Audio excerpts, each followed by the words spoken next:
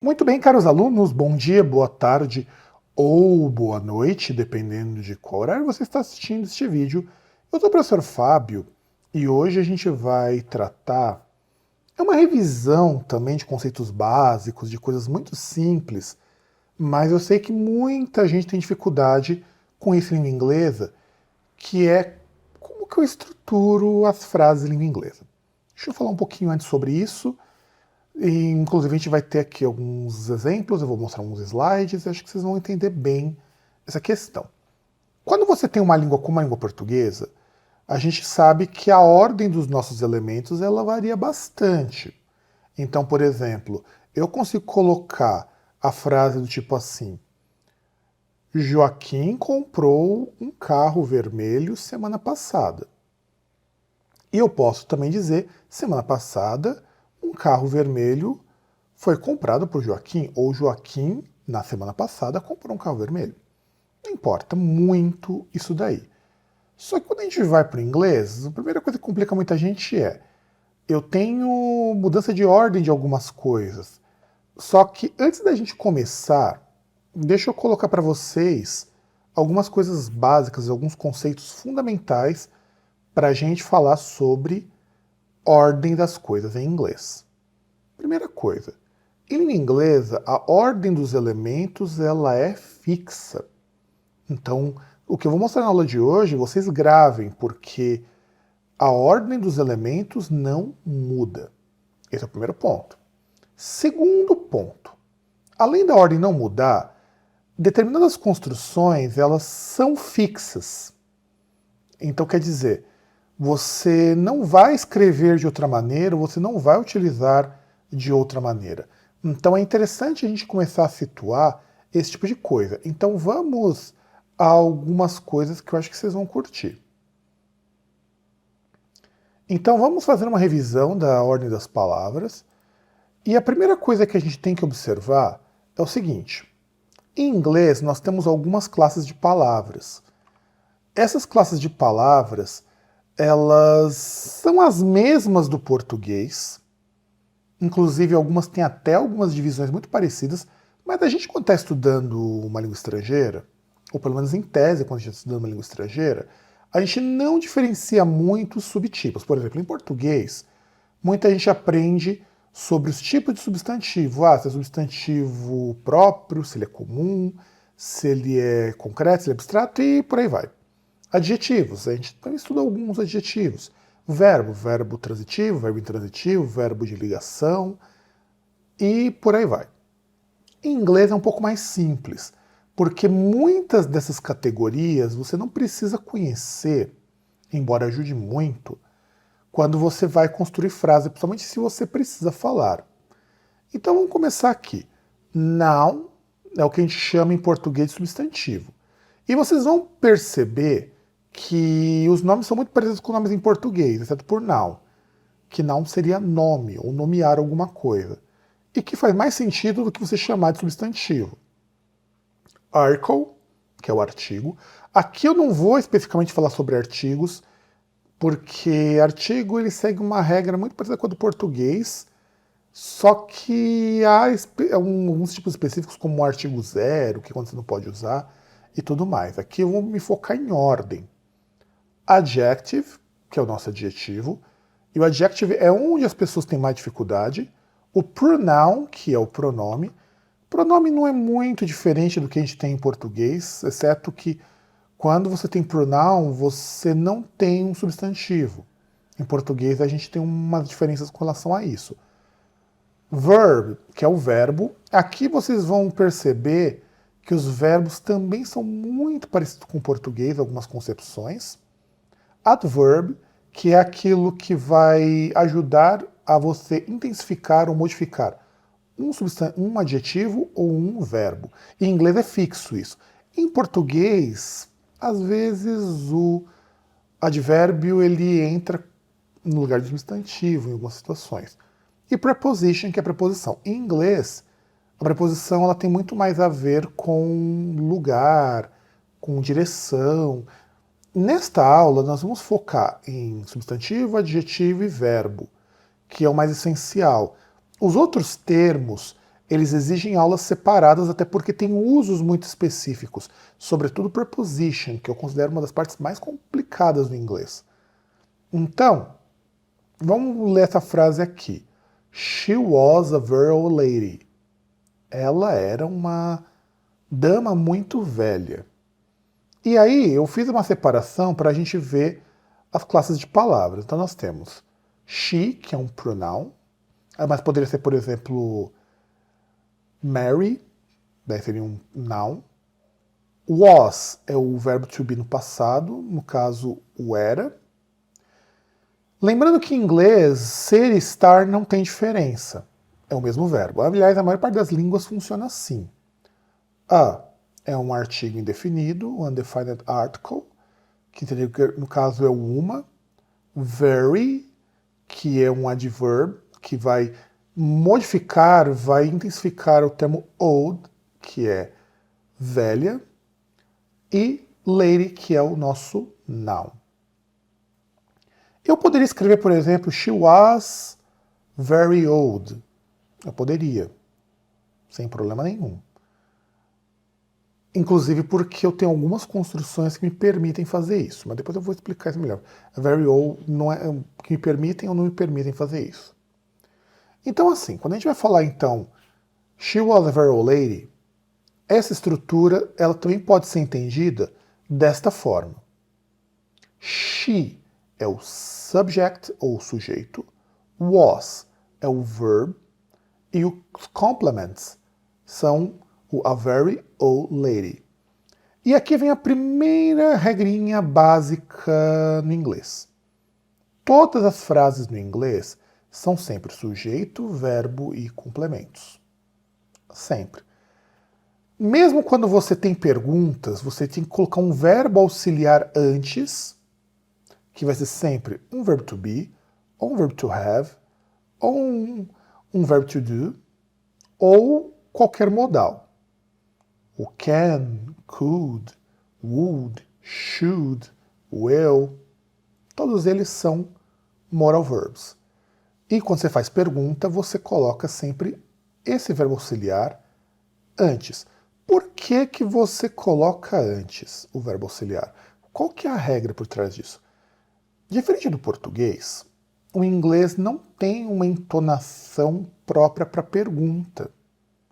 Se você pergunta assim, por exemplo, vamos imaginar que eu estivesse aqui numa pergunta e dissesse Was she a very old lady? É assim que se pergunta em inglês.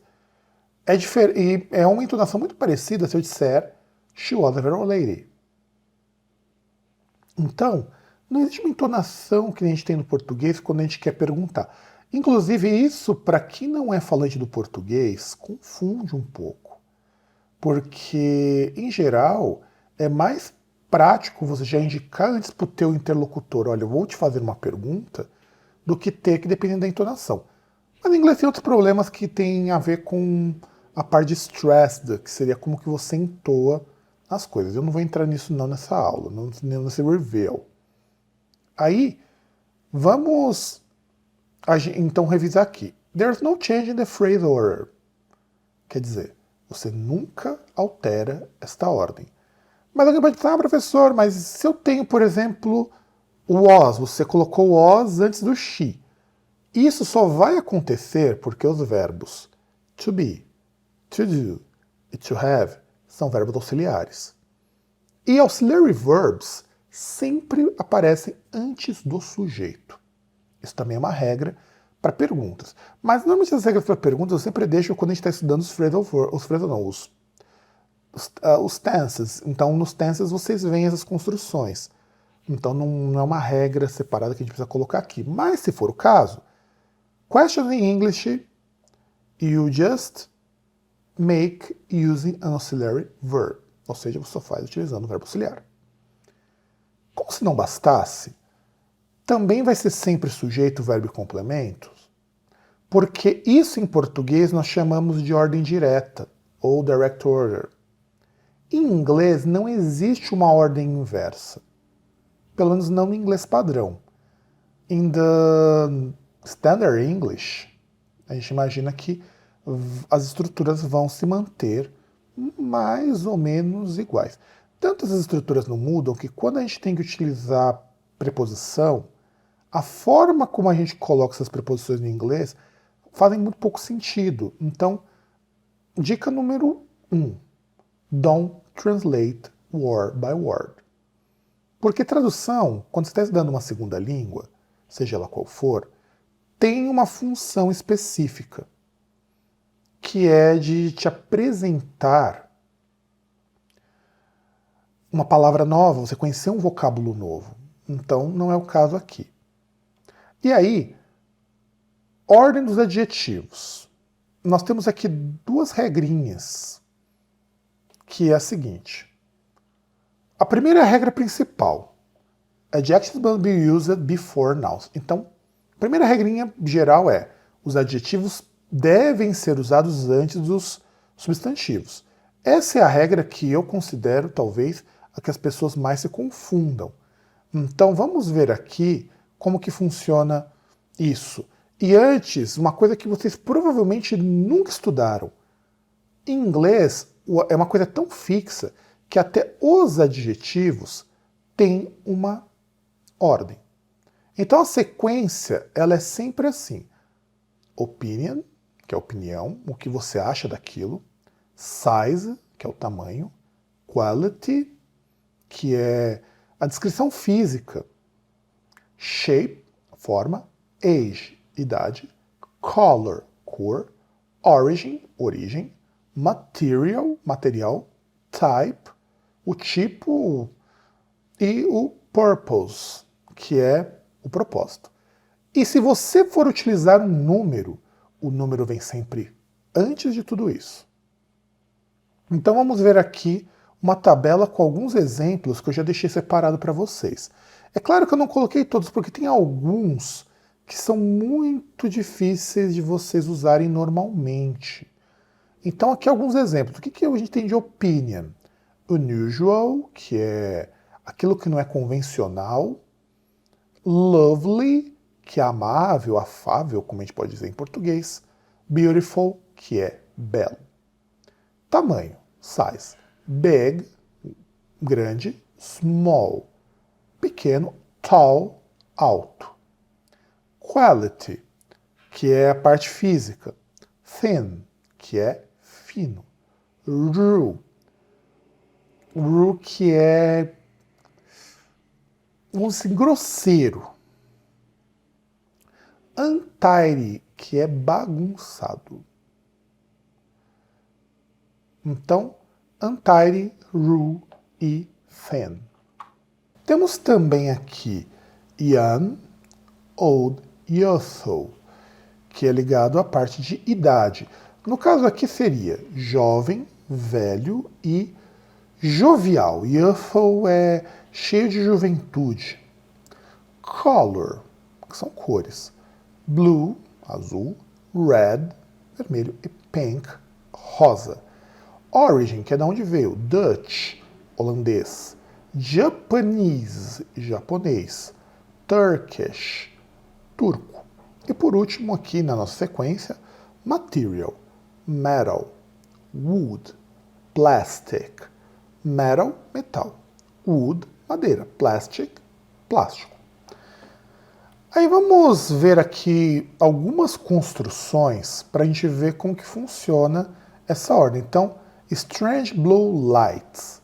Luzes azul e estranho. Os estranhos, as luzes azuis. Aqui, como você lê, não faz muita diferença, não. Fat old horse. Cavalo gordo e velho. Vocês estão notando que, mesmo quando eu coloco no plural, como no caso de lights, os adjectives não mudam. Então essa também é uma outra regra no inglês. Em inglês, somente os nouns vão ter singular e plural. Você não tem plural para adjetivo, você não tem plural para verbo e outras coisas que você não teria plural. Tanto é que você só tem um artigo definido, que é o the. Então, a única coisa que tem singular e plural é noun. Então, fat old horse, big grey pants, calças grandes e cinzas ou acinzentadas. Small black leather jacket, então uma jaqueta de couro pequena e escura e negra. Large thin glass é um copo grande e fino. Pode ser também vidro. Aqui no caso eu precisaria de um contexto, porque glass é tanto sinônimo para vidro como para copo. E se tivesse no plural, seriam óculos. Table, então good round table, uma mesa boa e redonda. Raw Brazilian meat, carne brasileira. Aqui o termo raw é um pouquinho difícil da gente explicar em inglês, porque raw é todo aquele produto que não recebeu nenhum acabamento. Pode ser alguma coisa que é muito tosca, pode ser alguma coisa que vamos dizer, crua. Inclusive, raw meat em inglês é carne crua. Então, no caso, raw Brazilian meat, nós entendemos que é carne brasileira fresca, in natura, crua, tanto faz. Em inglês, não faz muito sentido você utilizar o termo crude, por exemplo. Crude poderia ser utilizado para falar de cru. Normalmente, comida crua em inglês é raw food, que é o oposto a cooked food. Então, isso aqui é só para vocês terem uma ideia de como que funciona a ordem. Eu não poderia colocar, por exemplo, aqui, Blue Strange Lights. Eu não poderia. Eu não poderia colocar Old Fat Horse, Grey Big Pants, e por aí vai. Eu não poderia trocar essa ordem. Essa ordem é sempre a mesma.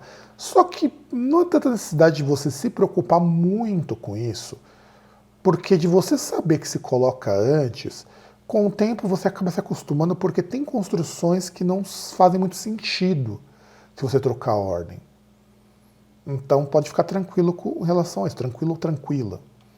E aí, ordem dos adjetivos também implica em usar depois de alguns verbos, que nós vamos chamar em inglês de linking verbs, ou verbos de ligação. E aqui os mais comuns, não são os únicos. To be, que é o verbo ser e estar. To become, que é o verbo tornar-se alguma coisa. To seem, que é parecer. Você parece. É diferente de look, tá? De verbo to look. O to look é ter aparência de. Então, qual vai ser a diferença? Ter aparência de, por exemplo, tem a aparência de um gato. She looked as a cat. Ela parecia com um gato. To look, como colocado aqui, to look nesse sentido é o olhar atentamente. Mas no caso de verbos de ligação, ele vira o ter aparência de. To seem to look. Podem ser usados como sinônimos em muitas situações. Mas no geral, to seem você parece doente. You seem sick. You seem ill. Você parece doente. E aí você aparenta estar doente. You look terrible. You look ill. Você tem aparência de. To appear, que é aparentar. Aparentar não, desculpa, é aparecer. To appear é aparecer. Então vamos ver aqui alguns exemplos. She looks rich and famous. Ela parece rica e famosa. Então isso daqui, rich and famous, eu poderia colocar a rich and famous woman, por exemplo. Se eu quero colocar isso depois de um verbo, eu tenho que colocar depois daqueles verbos. Na prática funciona assim. Como adjetivo ele tem um caráter muito mais descritivo, em inglês a gente entende que adjetivo é para descrever pessoas, para descrever coisas. Então, como regras gerais, ou você coloca antes do noun ou depois de algum verbo de ligação. Só que aí a gente tem algumas exceções aqui. Adjetivos que são usados apenas antes de noun. Elder e eldest, que é velho, mais velho e ou mais velho. Live, que é vivo, mas eu vou explicar que também tem umas implicações aqui de live. Old, que é o adjetivo velho.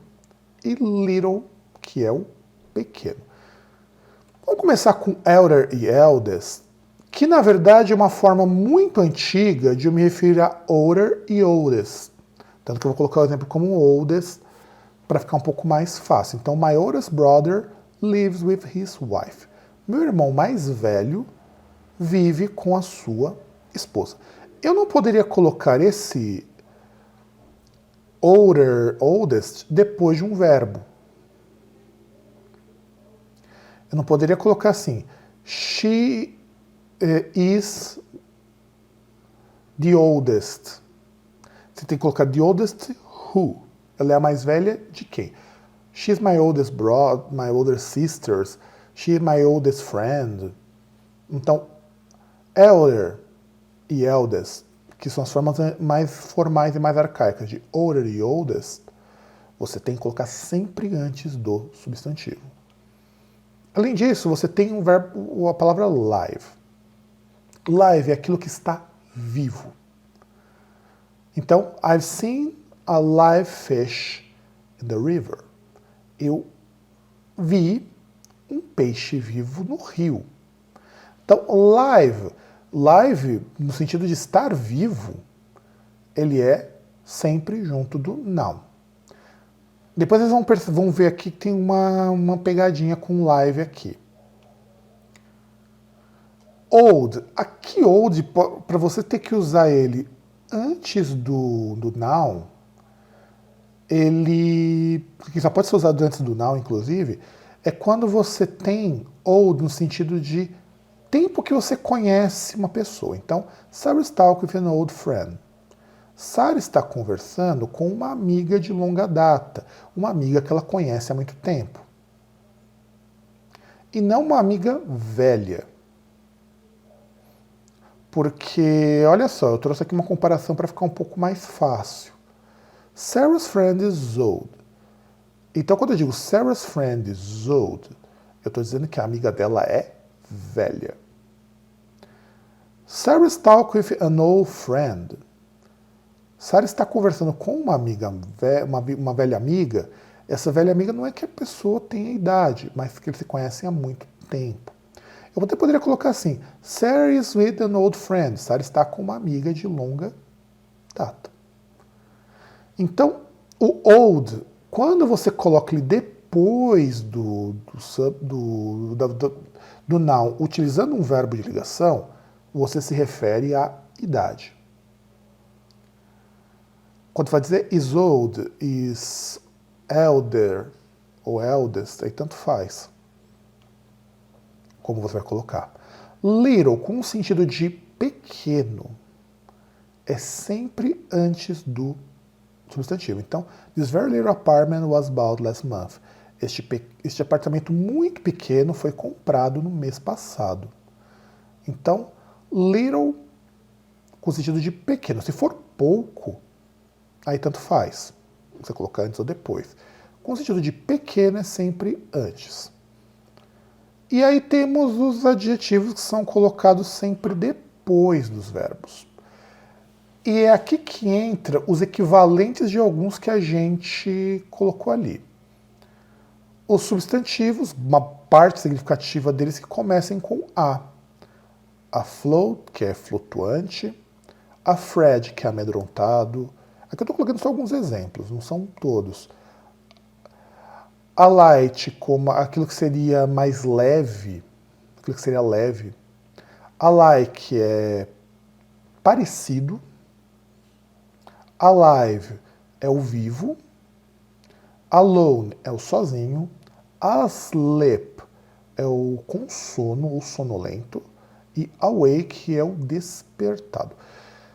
Todos esses adjetivos têm uma segunda versão que eles podem ser utilizadas antes do noun, que é diferente. Por exemplo, a light vira light.